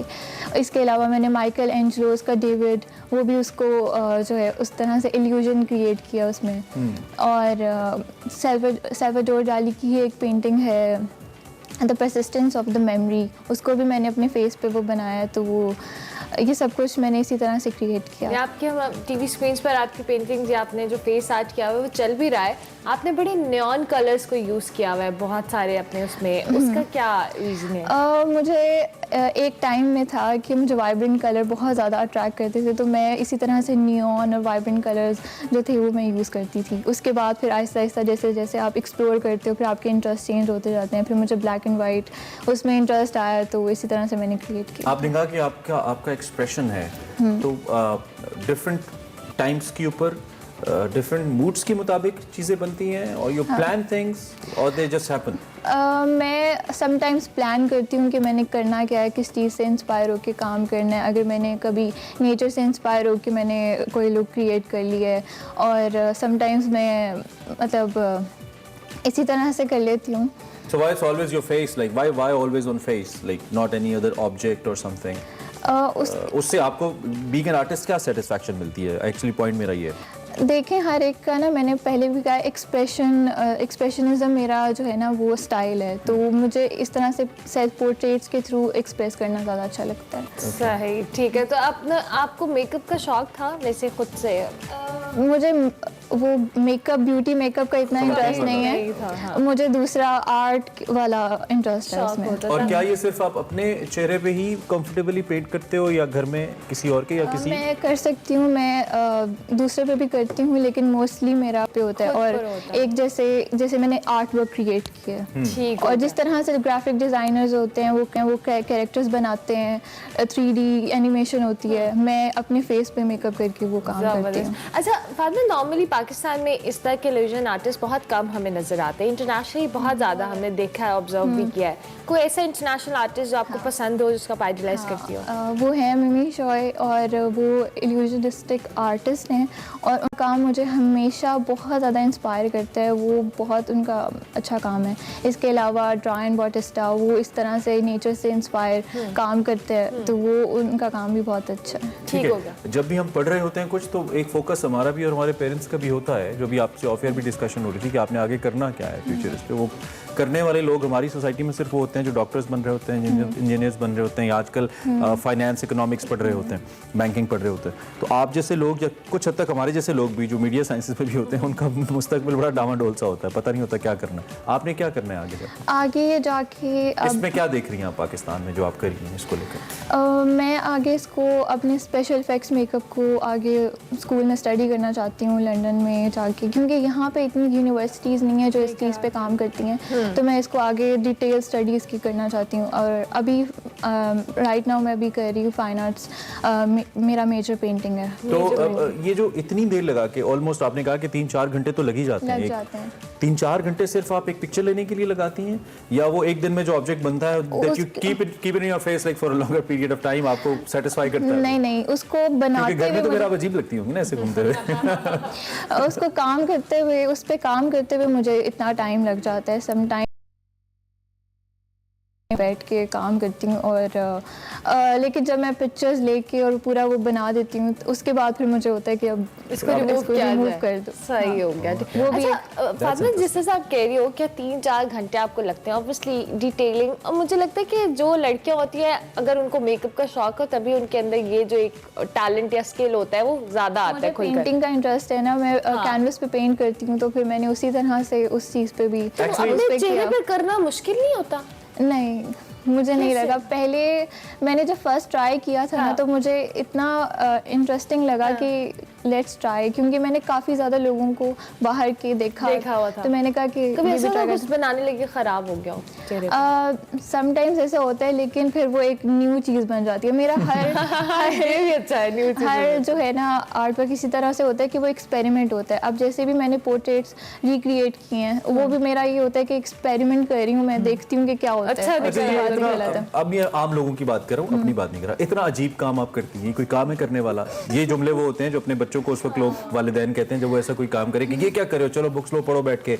और मैक्सिमम वालिदैन बच्चों को आज़ादी क्या देते हैं, बेटा कंप्यूटर पे बैठ जाओ, चाहे वो कंप्यूटर पे कुछ भी कर रहा हो। हमारे वालिदैन ओबियसली उतने उस तरह से नहीं होते। तो आपको भी ऐसी बातें सुनने को मिलती थी किसी की तरफ से? और जिन बच्चों को सुनने को मिलती हैं, मैं चाहता हूँ आप एक आर्टिस्ट हैं, तो आप उन वालिदैन को कुछ कहें कि वो बच्चे अगर कुछ ऐसा वैसा कर रहे हैं, अपनी शक्ल पे अजीब कुछ बना रहे, तो उनको बनाने दें। इस पे कुछ कहें। मैं ये कह रही थी, मुझे फैमिली से तो बहुत सपोर्ट मिली, मेरे भाई ने बहुत सपोर्ट किया, मेरे फादर ने सपोर्ट किया था। तो बाकी जो कमेंट्स भी करते हैं कि ये आपने क्या कर दिया, आप अपने चेहरे को ही बिगाड़ रही हैं, इस तरह की चीज़ें, तो मैं बस उन पेरेंट्स से, उन लोगों से कहूँगी कि जो लोग करते हैं उनका ये पैशन होता है, और अगर वो करना चाह रहे हैं तो हर एक का वे ऑफ एक्सप्रेशन है ये चीज़, तो उन्हें करना चाहिए। और शॉर्टली किस एज से आप शुरू हो गई थी ये करना, बचपन से या बड़े होके? नहीं, मैं ड्राइंग्स और पेंटिंग्स बचपन से करती हूँ, लेकिन ये मैंने 2020 में किया। ठीक हो गया, ठीक हो गया। Fatima Farhat, thank you very, बहुत अच्छा लगा आपसे बात करके। Wish you very best of luck कि आप आगे जाके बाहर जाकर ये आर्ट प्रॉपर्ली सीखना चाहती हैं, और डेफिनेटली इसका बहुत स्कोप भी है। वो तमाम पेरेंट्स जो अपने बच्चों को कहते हैं की फनकारियाँ ला रहे हैं अपने चेहरे पे, सिखाएं भी आगे इसको। बच्चों को जो करना चाहते हैं आप ऑनलाइन क्योंकि तो कर सकते हैं, तो इनको आगे आप ट्रांसमिट भी करें। तो ये जो फनकारी आपके बच्चे अपने चेहरे पे कर रहे होते हैं, उसको इनकरेज करें। ये बहुत जबरदस्त काम है और इसका इंटरनेशनली बहुत ज्यादा स्कोप है। हमारे सामने फातिमा फरहत हैं, ये अपना सीख रही, इनकी फैमिली ने इनको सपोर्ट किया, आप भी अपने बच्चों को सपोर्ट करें। ब्रेक लेंगे, ब्रेक के बाद हाजिर होंगे। आप देखते रहिए एक्सप्रेस।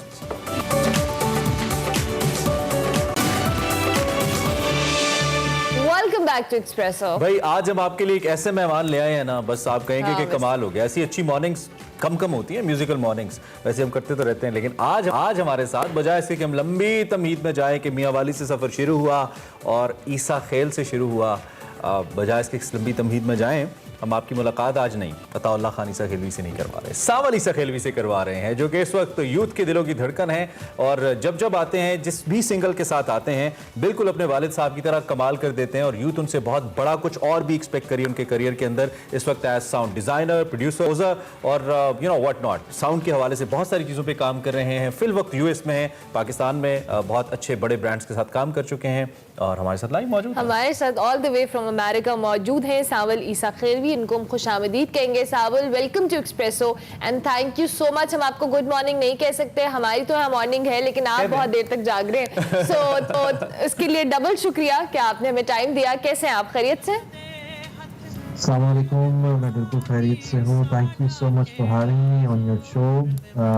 आपके लिए एनी टाइम, आप मुझे बताइए, मैं हाजिर। That's so kind of you. That's so kind of you. सबसे पहले तो सावल अपने इस सफ़र के हवाले से, obviously it runs in your family, इसमें तो कोई शक ही नहीं है कि आपने उस चीज़ को अडॉप्ट किया और आपने उसको परसू किया। अभी आजकल जिन प्रोजेक्ट्स पे आप काम कर रहे हैं, किस तरह का म्यूज़िक चल रहा है और क्या अपडेट्स हैं आपके करियर के हवाले से?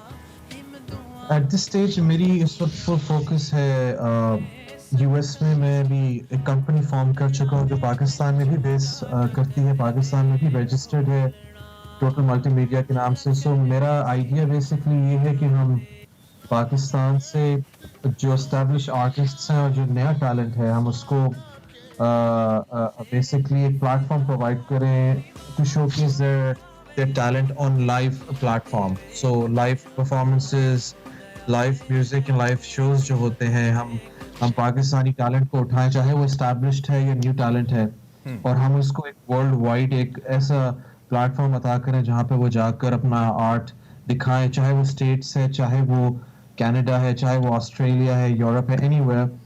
और उस कंपनी के साथ मैं अभी मार्केट में आ रहा हूँ, और टोटल मल्टीमीडिया एक कंपनी है जो हमने फॉर्म की है। So that's the idea that I am working on right now. That's really great and best wishes for your future. लेकिन एक आपसे गिला हमारा ये है कि आप कुछ एक वक्त में आप आते हैं, आपके ऊपर नीचे सिंगल्स हमें नजर आते हैं, 2-3 गाने किए, फिर आप गायब हो जाते हैं, फिर आप दोबारा से you take a break and then you come back. Why is it so? आप अपने सिंगल्स को लेकर क्यों तसलसल में? क्या आप सिंगिंग करियर को परस्यू करना नहीं चाहते? आप एज बैक एंड पे ज़्यादा रहना चाहते हैं, या फिर मसरूफियत है जिसकी वजह से डिलेज आ जाते हैं बीच में, या कोविड भी तो था? बेसिकली कोविड भी एक इशू था, उसके साथ साथ म्यूजिक में बहुत डिफरेंट फॉर्म्स हैं जिसमें साइमल्टेनियसली मैं काम कर रहा हूँ। सिंगिंग है, प्रोडक्शन है, और जैसे मैंने भी आपको बताया कि कंपनी में फॉर्म कर रहा हूँ जिसपे हम सारा technical sound arrangements and lighting and all of that stuff which is going to be provided all over the world to all the Pakistani artists and artists from other part of the world. So क्योंकि मैं इन चीज़ों पे काम कर रहा हूँ background में, तो ये चीज़ें एफर्ट मांगती हैं। टीम फॉर्मिंग एक बहुत मुश्किल काम है कि आपको अच्छे मेंबर्स मिलें, आप अच्छे लोगों के साथ कंबाइन करें और एक फॉर्मेशन में एक आइडिया को लेकर आए, because if the team is not there फिर आप काम नहीं कर सकते हैं। We have to respect the fact that formation of a team is a very important part towards successful career और towards successful line of work. तो इस पे मैं अभी काम कर रहा हूँ और म्यूजिक चल रहा है, अभी नए सिंगल्स पे काम कर रहा हूँ, इलेक्ट्रॉनिक म्यूजिक पे काम कर रहा हूँ, और जल्द ही टोटल मल्टीमीडिया के और मेरे जितने चैनल के हैंडल्स हैं उनके थ्रू और अदर प्लेटफॉर्म्स पे हम इसको रिलीज करेंगे। एक्सप्रेसो भी आपका प्लेटफॉर्म है, सो ऑब्वियसली यहाँ पे भी जी हाँ जी, ऑफ कोर्स अगर आप नहीं करेंगे तो मैं आपसे लड़ाई करूंगा। जरूर। अच्छा, चूंकि आप जिक्र कर रहे हैं हम, और ये आपको पता है फॉर्मेलिटी है, दो I don't go for the formal things, but आप हैं और कुछ गुनगुनाए ना तो ऐसा हो नहीं सकता, दो कि it's like so late at night, लेकिन कुछ भी अगर 2 लाइंस अच्छा लगेगा हमें देखने वालों को भी। दिल के मामलात से अनजान तो न था, इस घर का फर्द था कोई, मेहमान तो न था, दिल की मामलात से अनजान तो न था। जबरदस्त। जबरदस्त। अच्छा, ये बहुत लोगों ने आपसे सवाल किया होगा, ऑब्वियसली आपके वालिद साहब का इतना बड़ा नाम है और म्यूजिकल में जो उनकी कंट्रीब्यूशन है उससे बिल्कुल हम सब उनके बहुत बड़े फैन हो। आप पे कितना प्रेशर है उस सारे इमेज को लेके वालिद साहब का? प्रेशर बहुत होता है बिकॉज लोग आपसे, वो लोग भी कंफ्यूज समटाइम्स हो जाते हैं कि मेरे से वो क्या एक्सपेक्ट करें, बिकॉज वो मेरे से वालिद साहब भी सुनना चाहते हैं, वो मेरान भी देखना चाहते हैं, और इस वजह से ये एडिड प्रेशर आता है कि आपने एक जो भी प्रोजेक्ट करना है आपने इस तरीके से करना है कि आपका हर अंग उसमें नजर आए, आपका वतन भी नजर आए, एक मॉडरेटिंग वे ऑफ वर्क भी है कि जो मॉडरेट हो और एक नया अंदाज हो। At the end of the day आजकल के म्यूजिक में जो सबसे इम्पोर्टेंट फैक्टर है कि it needs to sound big. अगर टेक्निकली करेक्ट नहीं है, it doesn't sound big on the monitors और speakers, then it's not good, because all of a sudden आप ट्रैक प्ले कर रहे हैं, आपका ट्रैक एंड हुआ है तो हॉलीवुड में से किसी आर्टिस्ट का ट्रैक स्टार्ट होगा एंड देन वो कंपैरिजन होगा, तो no longer is just singing, it's a complete package that needs to be looked into। सिर्फ आवाज नहीं है, इसी वजह से मैं इलेक्ट्रॉनिक म्यूजिक में भी आया कि अगर मैं अपनी आवाज उठाता हूँ, अपनी लैंग्वेज उठाता हूँ, अपना कल्चर उठाता हूँ, तो उसको एक नए तरीके से प्रेजेंट करूँ कि ना सिर्फ ईसा खेल में, मुल्तान में, पेशावर में, कोयटा में ना सुना जाए, लॉस एंजलिस में भी अगर सुना जाए तो उसको पसंद किया जाए, अगर मुंबई में भी सुना जाए तो पसंद किया जाए, ऑस्ट्रेलिया में भी सुना जाए तो पसंद किया जाए। that's something that's really important and should be looked into। इतना इम्पोर्टेंट इशू है ये, और बीइंग म्यूजिशियन ऑब्वियसली आप इस चीज़ को समझते हैं, जो कि आपका एक एक्सपोजर भी है और म्यूजिक तो that runs in your blood. Pakistan के अंदर ये मसला बहुत ज़्यादा है, हमारे आर्टिस्ट बहुत अच्छे हैं, वो बहुत अच्छा काम करते हैं, but when it comes to the production, when it comes to the sound, तो हमारा गाना compete नहीं कर सकता है किसी भारतीय गुलकार के साथ या किसी दुबई में बनने वाले गाने के साथ। तो अगर फिल वक्त हम बात करें तो आप अमेरिका में हैं, काम कर रहे हैं, इस चीज़ को पाकिस्तान लाना बड़ा इंपॉर्टेंट है। आपका ब्रेन तो पाकिस्तान में ओबियसली काम कर सकता है, but to bring that technology, that technicians जो कि इसके ऊपर काम करते हैं, जो साउंड आर्टिस्ट हैं, तो इसके लिए क्या प्लान्स है आपके कि पाकिस्तान में भी ऐसा कुछ हो जिससे हम अच्छी बेहतर बड़ी चीज़ें हो रही हैं कुछ प्रोड्यूस, लेकिन मजीद हो, ज़्यादा हो? I think it's about awareness. जब एक गाना बनता है तो उसके मुख्तलिफ मरहले होते हैं, जिसमें मास्टरिंग है, मिक्सिंग है, रिकॉर्डिंग का प्रोसेस है, और जब आप लिरिक्स लिखने बैठते हैं, कॉम्पोजिशन करने बैठते हैं, उनके मरहले हैं, वो all of that stuff needs to be looked at in a proper professional manner। आप ये नहीं कह सकते हैं कि यार मैंने गाना बना लिया है, मैंने रिकॉर्ड कर दिया, बस जी मास्टर मिक्सिंग पे सर्टेन प्लगइन्स लगा दें और कंप्यूटर सब कुछ कर देगा। जब आप इस शॉर्टकट में जाएंगे तब आपका product will not sound good, और अवेयरनेस भी तब आएगी जब आपने प्रॉपर टाइम दिया हुआ है काम को, आपने उस पर हार्ड वर्क किया। अगर मैं मास्टरिंग इंजीनियर हूँ तो I need to spend years and years worth of technical mastering processes, तब जाके मुझे मेरा एयर डेवलप होगा कि मास्टरिंग का प्रोसेस क्या है, मैंने गाने को मास्टर कैसे करना है, मैंने मिक्स कैसे करना है। तो yes, awareness is the very important key issue that needs to be addressed कि यार काम होता कैसे है, टेक्निकल अवेयरनेस क्या।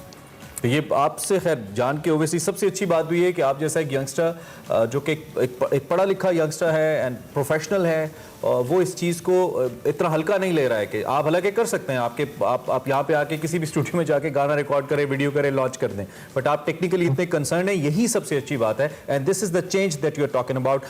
इन द एंड सांवल, आप हमारे प्लेटफॉर्म पे हैं, anything that you want to say to all the new musicians who want to be like you, अपनी फादर की लेगेसी को लेकर कुछ भी आप कहना चाहें इस प्लेटफॉर्म से, you more than welcome. Hard work, lot of persistence, lot of क्या कहते हैं इटरेशंस होती हैं। आप हार्ड वर्क करते हैं, गलतियां करते हैं, सीखते हैं, फिर गलतियां करते हैं, फिर सीखते हैं, फिर गलतियां करते हैं, सीखते हैं। ये प्रोसेस है जिसको आपको इनकरेज करना चाहिए, और learning is a very important thing. Awareness होनी चाहिए कि ये काम है, नीड टू नो कि इसके इन्स एंड आउट्स क्या हैं, और फिर उस पर आप हार्ड वर्क कंसिस्टेंटली करें, परसिस्ट करें, ताकि वो चीज करते रहें, आप शॉर्टकट्स ना लें, शॉर्टकट्स नहीं लें। Thank you very much Sanwal, we wish you very best of luck, और बहुत अच्छा लगा आपसे बात करके। अब जब भी पाकिस्तान आए, do come to our studios, बहुत अच्छा लगेगा आपसे लाइव बात करके, नाश्ता भी कराएंगे आपको।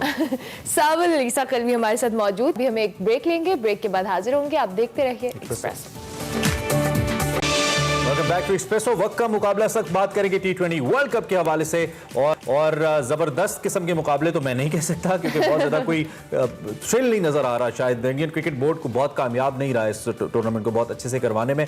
खैर सुपर 12 मरहले के ग्रुप 1 के मैच में जो कि कल हुआ, इंग्लैंड ने श्रीलंका को 26 रन से बीट किया 19 ओवर के अंदर ही एंड चौथे मैच में कामयाबी हासिल की और इंग्लिश टीम पहली टीम बनी जिसने क्वालिफाई कर लिया सेमीज के लिए। और जो बटलर का 100 कोई कैसे भूल सकता है। सुपर 100 उन्होंने किया, 101 रन बनाए और उसमें जबरदस्त किस्म की बाउंड्री शामिल थी और एक स्टाइल के साथ जिसे कहते हैं उन्होंने 100 कंप्लीट भी किया। आखिरी गेंद के ऊपर छक्का मारकर आज भी पाकिस्तान नमीबिया का मैच होने वाला है। इस हवाले से हम बात करेंगे। मिर्जा इकबाल बेग मौजूद है। मिर्जा साहब गुड मॉर्निंग एंड खुशामदीद। कल के मैच पे एक कमेंट हम जरूर लेंगे आपसे। बड़ा इंपॉर्टेंट मैच था और शुरू में लग रहा था कि कुछ सिचुएशन अच्छी नहीं है लेकिन बाद में बड़ा जबरदस्त इख्तिताम हुआ। अब आप ये बताएं कि क्या कहेंगे कल? नहीं, लेकिन वो एक ब्रेकिंग भी तो आ रही है ना। Oh yes, breaking. वो ब्रेकिंग जो अभी चल रही है हमारे चैनल पे भी डिस्प्ले हो रही है। कोई सुना है बायोसिक्योर बबल वायलेशन हुई है? मिर्जा साहब अपडेट करें हमें, क्या आपके पास? जी सुबह बखैर अरमला और इमरान। आज अरमला ने वन एंड ओनली नहीं कहा और वो पैकेज शाम के लिए, वो शाम को ऑफर तो लेकिन जो खबर आ रही है वो ये कि इंग्लिश अंपायर माइकल गफ है, उन्होंने बायोसिक्योर बबल को ब्रेक किया जिसकी वजह से 6 दिन के लिए उनको ऑफ कर दिया गया है। वो किसी मैच में अंपायरिंग नहीं करेंगे और क्वारंटीन में चले गए। वहां पर बड़ा सख्त सिस्टम है क्वारंटीन का मुत्तहिदा अरब अमारात में, केसेस कम है लेकिन उन्होंने चूंकि बायोसिक्योर बबल को ब्रेक किया माइकल गफ ने तो वो क्वारंटीन में चले गए। तो कोई इस मामले में फाइनेंशियल पेनल्टी भी हो सकती है उनके ऊपर या महज उनको बस आइसोलेशन में भेजा गया है? क्योंकि ये वायलेशन है, लोग बीमार हो सकते हैं और इवेंट डिस्टर्ब हो सकता है इससे। वो गोरा अंपायर है इसलिए मेरे ख्याल में कोई ज्यादा एक्शन नहीं लिया जाएगा। इमरान देख लीजिएगा, मुझे भी लग रहा है कि कोई एक्शन नहीं होगा। गोरा अंपायर ओके मेरे साहब, अब पहले जरा कल के मैच पे कैसा रहा आपके ख्याल में? कल का मैच जो था इंग्लैंड वर्सेस श्रीलंका। इमरान अब तक जितने मैचेस हुए कल के मैच में वो वाहिद मैच था जिसमें बहुत ज्यादा ओस गिरी और आपने देखा कि खिलाड़ी फील्डिंग करते हुए स्लिप हो रहे थे, गेंद गीली हो गई थी। लेकिन इंग्लैंड की टीम ने जिस तरीके से परफॉर्मेंस दी है, मैं समझता हूं कि वो हॉट फेवरेट बन चुके हैं कल की परफॉर्मेंस के बाद कि वो टारगेट को डिफेंड भी कर रहे हैं, टारगेट को चेस भी कर रहे हैं। और जॉस बटलर ने कल जो इनिंग्स खेली, कमाल की इनिंग्स खेली कि वो इंग्लैंड के तीनों फॉर्मेट में सेंचुरी स्कोर करने वाले बैट्समैन बन गए। मैं समझता हूँ उसकी फॉर्म मुखालिफ टीमों के लिए लम्हे फिक्रिया है। ठीक होगा मिर्जा साहब, आज पाकिस्तान नमीबिया का मैच शाम 7 बजे होगा। शाम में तो बात करेंगे लेकिन दिन में भी जरा हमारे देखने वालों को पता होना चाहिए कि मैच पे हमारी कड़ी नजरें हैं, हम बहुत होपफुल हैं। लेकिन किस तरह से देखते हैं आप आज के मैच को? आज के मैच में अरमला एक्सपेक्टेड है कि शायद पाकिस्तान 2 तब्दीलियां करे। हसन अली की जगह मोहम्मद वसीम जूनियर और इमाद वसीम की जगह मोहम्मद नवाज को ट्राई कर सकते हैं। लेकिन डिपेंड करता है नमीबिया, क्योंकि सारे अपने मैचेस वही अबू धाबी में खेला है। नमीबिया की टीम को इतनी ज्यादा थ्रेट नहीं है पाकिस्तान के लिए, लेकिन T20 क्रिकेट में किसी टीम को आसान नहीं लेना चाहिए। पाकिस्तान आज जीतता है तो फिर सेमीफाइनल क्या साउथ अफ्रीका से होगा पाकिस्तान का या ऑस्ट्रेलिया से होगा, ये देखना होगा। अच्छा, इंटरेस्टिंग बात है। लेकिन नमीबिया में भी तो सारे अफ्रीकन प्लेयर्स ही हैं, तो हम आज के मैच को अगर साउथ अफ्रीका से हमारा सेमीफाइनल होता है तो एक ट्रायल के तौर पर भी ले सकते हैं that we are playing maybe South Africa A team today. जी बिल्कुल, डेविड वीजे जो साउथ अफ्रीका को रिप्रेजेंट कर चुका है वो नमीबिया की जानिब से खेल रहा है। सदर्न अफ्रीका की टीम है तो एक पाकिस्तान की रिहर्सल तो हो सकती है, लेकिन मुझे ऑस्ट्रेलिया लगता है जाता हुआ सेमीफाइनल में। इमरान आप देखिएगा, और अगर ऑस्ट्रेलिया सेमीफाइनल में जाता हुआ लगता है तो ऑस्ट्रेलिया पाकिस्तान में से कौन आगे जाता हुआ आपको लगता है? फिर देखें, फिर टीमें जितनी भी टीमें पीक करती है ना, फिर एक जो नॉकआउट मैच होता है वो उनका एक बहुत बड़ा इम्तिहान होता है। अल्लाह करे, क्योंकि सारे जीतते हुए आ रहे हैं तो फिर आप नॉकआउट। कल जब आपने कमेंट किया ना जोश जगाते में मिर्जा साहब, ये जो भी टीम क्रिकेट में पीक पे जाती है उसका फिर एक डिप भी आता है, तो somebody sent me that clip और उन्होंने मुझे लिखा, हमारे एक दोस्त उन्होंने कहा कि मिर्जा साहब को हैं, उन्होंने लाहौर कलंदर के हवाले से ये कहा था एंड कलंदर एक बड़ा सीरियस डिप, तो उन्होंने कहा प्लीज अभी ऐसा ना कहें, हमारे दिल बड़े छोटे हैं। चले हो सकता है, लेकिन मेरी अपनी ऑब्जर्वेशन में आपकी जो एक्सपर्ट की निगाह है, लेकिन वो लाहौर कलंदर्स वाला मामला बड़ा जेन्युइन हो गया था, फिर हमारे बड़े दिल बर्दाश्त हुए थे। Thank you very much Mirza साहब, बहुत शुक्रिया कि आपने early in the morning join किया। इंशाल्लाह शाम को आपसे फिर मुलाकात हमारी शाम 5 से 7 जोश जगादे में जनाब। और आज के मैच के हवाले से तो हम बात करेंगे। आज का शो उम्मीद करते हैं आपको पसंद आया होगा। फीडबैक हमारे सोशल मीडिया हैंडल्स पे आपने लाजमी देनी है और इसके साथ साथ ना भी दें तो कोई बात नहीं, देनी आपने, अच्छी बात है। और शाम को मुलाकात होगी, कल सुबह भी होगी। अल्लाह हाफ़िज़।